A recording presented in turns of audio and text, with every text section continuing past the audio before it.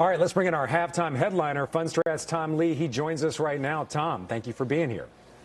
Great to see you, Frank, and everyone else. So, Tom, you have certainly been the bull on halftime. You've been the one tooting the horn that we're set up for a rally. Based on all the information that we have right now, do you still believe in that rally? I know, a silly question. I know you do, but do you still believe in that rally? And what data can you point to people who are skeptics that they should kind of look at to also jump on the train that you're on? Well, foremost, I know there was some talk about inflation. I think there's more good news in the pipeline on inflation. Just gasoline alone will probably subtract almost 80 basis points from CPI month over month in August. So it's a bigger improvement. But the story there is things like leading indicators, alternative data, commodity prices, even surveys show that underlying inflation and leading indicators are far lower than hard data like CPI. So I think July was a break in trend that's caught a lot of people flat-footed. And then if that's true, it does set us up a lot like August 82, which is the stock market bottomed in August 82, almost 10 weeks before Paul Volcker abandoned the anti-inflation fight. And that entire stock market rally of 4 months erased a 3-year bear market. I just think the key here is if investors are bearish on all sides and skeptical and think that the hard data is driving this, 82 tells us that we could have a very steep stock market move. Similar to what Joe was talking about, that 4350 might be a magnet, but I think the all-time highs of this year will be realized before year end. Tom, by the way, your CNBC Pro Talk on CNBCPro.com, the highest rated ever, where you kind of break down your thesis for the second half rally. So speaking of it, you actually believe the rally is strengthening with a focus on lower quality. Exactly what do you mean by that?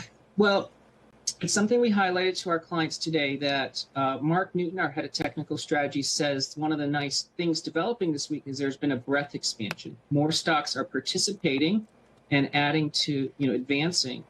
When you have a breadth expansion, investors are going to shift away from quality and sort of the big cap leaders and move towards lower quality. So we were highlighting some lower margin names, companies with higher debt to capital, more highly shorted, but also technically attractive. And we had 6 stocks. And by the way, Frank, great to hear about the CNBC Pro. You were excellent. Joe, I believe you have a question for Tom. I do, Tom. So I've been expecting a U-shaped recovery. I thought this would be different than a lot of the corrections we've witnessed since the great financial crisis. It sounds like you think this is going to be a V-shaped recovery. Yes. Speak a little bit about position and sentiment, and do you think that the market is prepared for that type of fast V-shaped recovery? Joe, it's a great question. I think the thing that's keeping a lot of fundamental investors sidelines is they think companies have to cut earnings. And therefore, they're fighting this and really saying only technicals are driving the rally. But one thing we have to keep in mind is that post-pandemic, companies survived a depression with good margin expansion.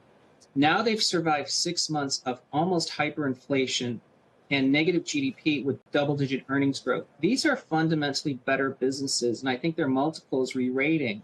So it's very similar to 82.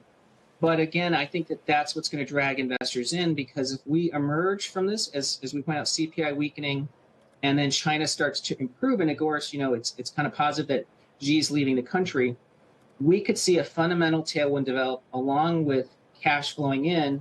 That would be a huge technical driver for all-time highs, and I think it could come very quickly. Brand, I believe you have a question as well. Yeah, hey, Tom. So here's what I'm thinking through, and I'd love to get your thoughts. So, the Fed's balance sheet has actually increased, a smidge since they started doing their small bits of quantitative tightening. It really starts in September in earnest, when they're going to let $95 billion roll off per month.